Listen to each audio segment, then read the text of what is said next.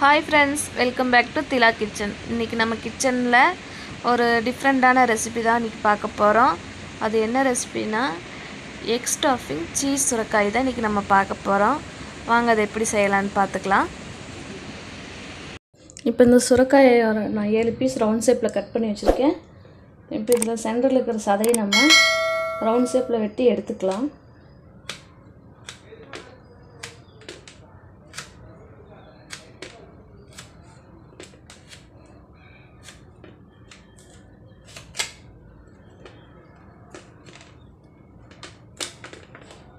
இந்த மாதிரி எல்லா பீஸும் வெட்டி எடுத்துக்கலாம்.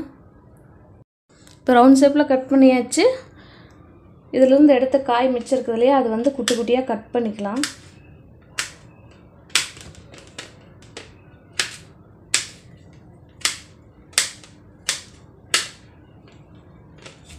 இந்த மாதிரி எல்லா காயும் கட் பண்ணிக்கலாம். இப்போ இந்த காயை கட் பண்ணியாச்சு. ஒரு தட்டு மாற்றி வச்சுக்கலாம்.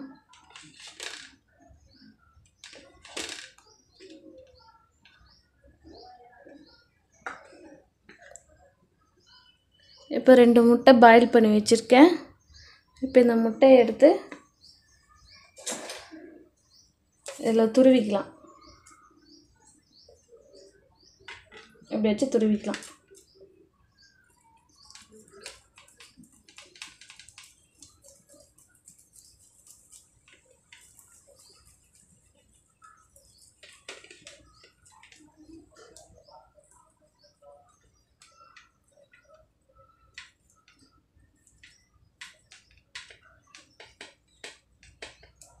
இந்த மாதிரி 2 முட்டையும் துருவிக்கலாம்.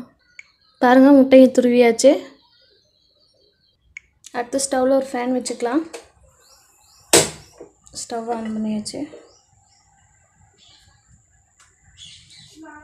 இப்போ ஸ்டஃப் பண்ணுறதுக்கு மசாலா ரெடி பண்ணிக்கலாம்.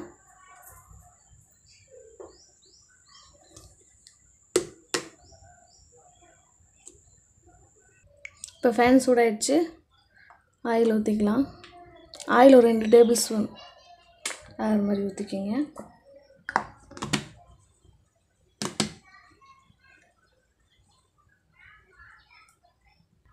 ஆயில் சூடாயிடுச்சு. 1/4 டீஸ்பூன் சோம்பு போட்டுக்கலாம்.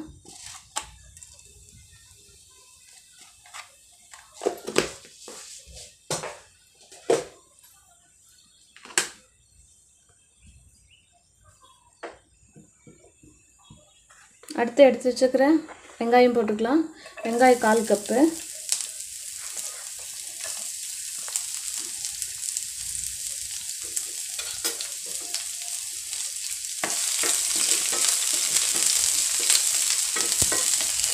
இது கூடவே ஒரு பச்சை மிளகாய் கட் பண்ணி வச்சுருக்கேன், அதுவும் போட்டுக்கலாம்.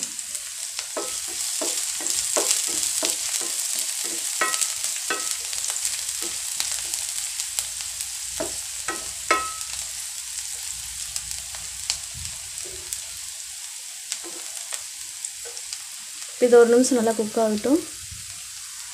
இப்போ வெங்காயம் நல்லா வதங்கிடுச்சு. அடுத்து முட்டைக்கோஸ் 1/4 கப்பு,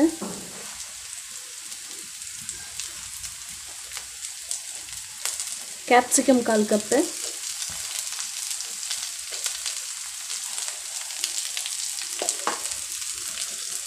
சுரக்காய் 1/4 கப்பு.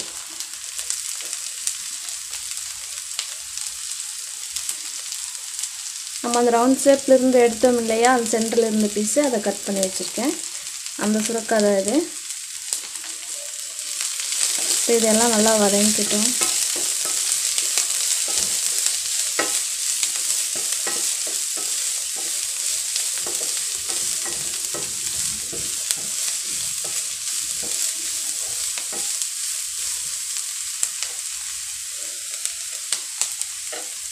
அந்த காய் வேகிற அளவா உப்பு போட்டுக்கலாம்.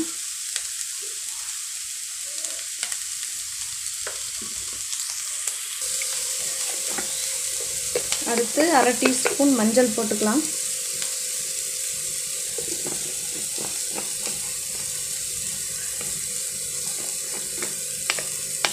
ஒரு டீஸ்பூன் மிளகாய்த்தூள் போட்டுக்கலாம்.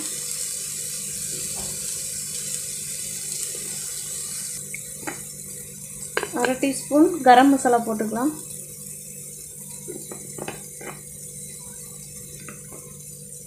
இதையும் நல்லா மிக்ஸ் பண்ணி விட்டுக்கலாம்.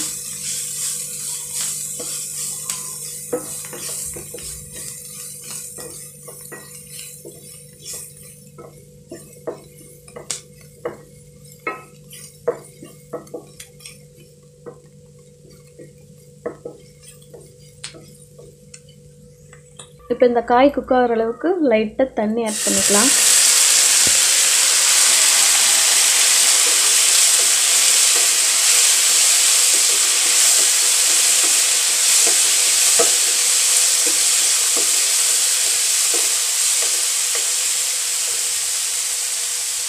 இப்போ இதுலேயே ஒரு 2 நிமிஷம் குக் ஆகட்டும். நம்ம மூடி போட்டு மூடி வச்சிடலாம். இப்போ காய் குக் ஆகிடுச்சு.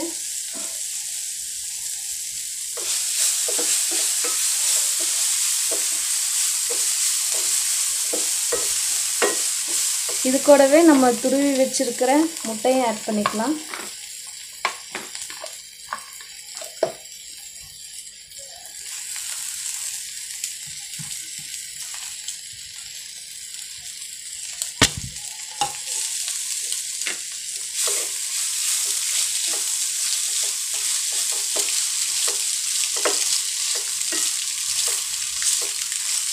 நல்லா பிரட்டி விட்டுக்கலாம்.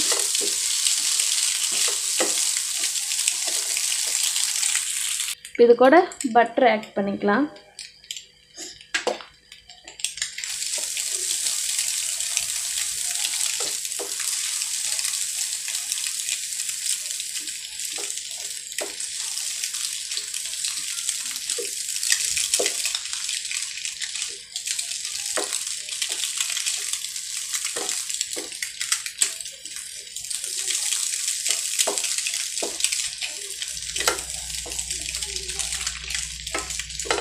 இதோடு சேர்த்து நல்லா 1 நிமிஷம் நல்லா பிரட்டி விட்டுக்கலாம். இப்போ இது நல்லா குக் ஆகிடுச்சு. இப்போ இதை ஒரு பிளேட்டுக்கு மாற்றிக்கலாம். இப்போ இது பவுலுக்கு எடுத்துகிட்டு வந்தாச்சு. இப்போ இந்த காயில் எப்படி ஸ்டஃப் பண்ணலான்னு பார்க்கலாம்.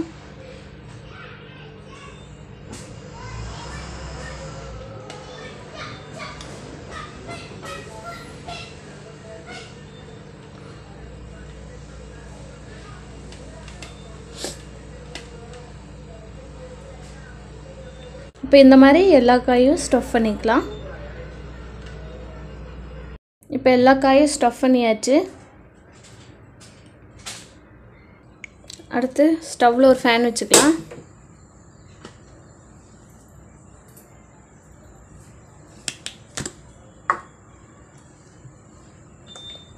பொரிக்கிறதுக்கு தேவையான அளவு எண்ணெய் ஊற்றிக்கலாம்.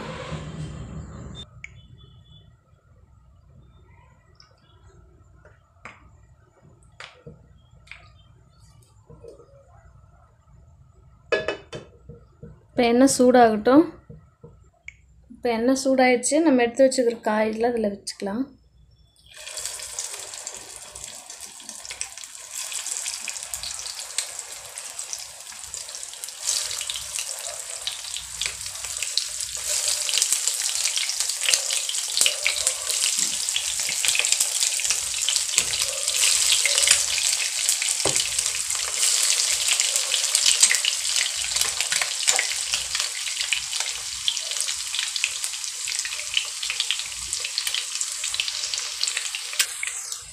அடுத்த சைடு திருப்பி போட்டுக்கலாம்.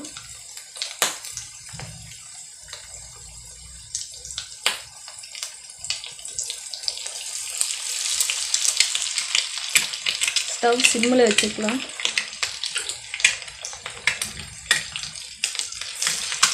இப்படி ஒவ்வொன்றா திருப்பி போட்டுக்கலாம். இப்போ எல்லாத்தையும் திருப்பி போட்டாச்சு. இப்போ சீஸ் எடுத்து இந்த மாதிரி இது மேலே துருவி விட்டுக்கலாம்.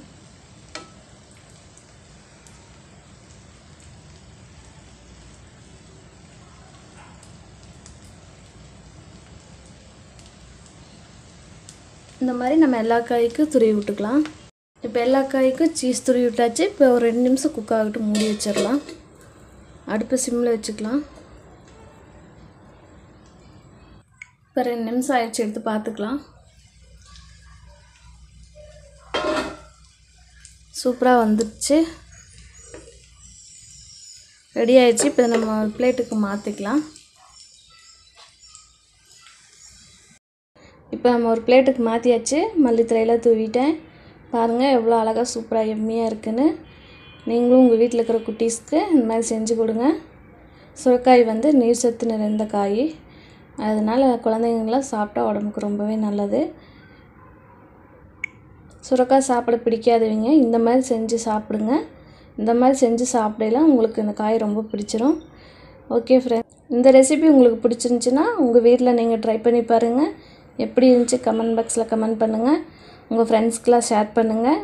இந்த வீடியோ உங்களுக்கு பிடிச்சிருந்துச்சின்னா லைக் பண்ணுங்கள், கமெண்ட் பண்ணுங்கள், ஷேர் பண்ணுங்கள். மறக்காமல் நம்ம சேனலை சப்ஸ்கிரைப் பண்ணுங்கள். பக்கத்தில் இருக்கிற பெல் பட்டனையும் அழுத்திடுங்க. Thank you friends.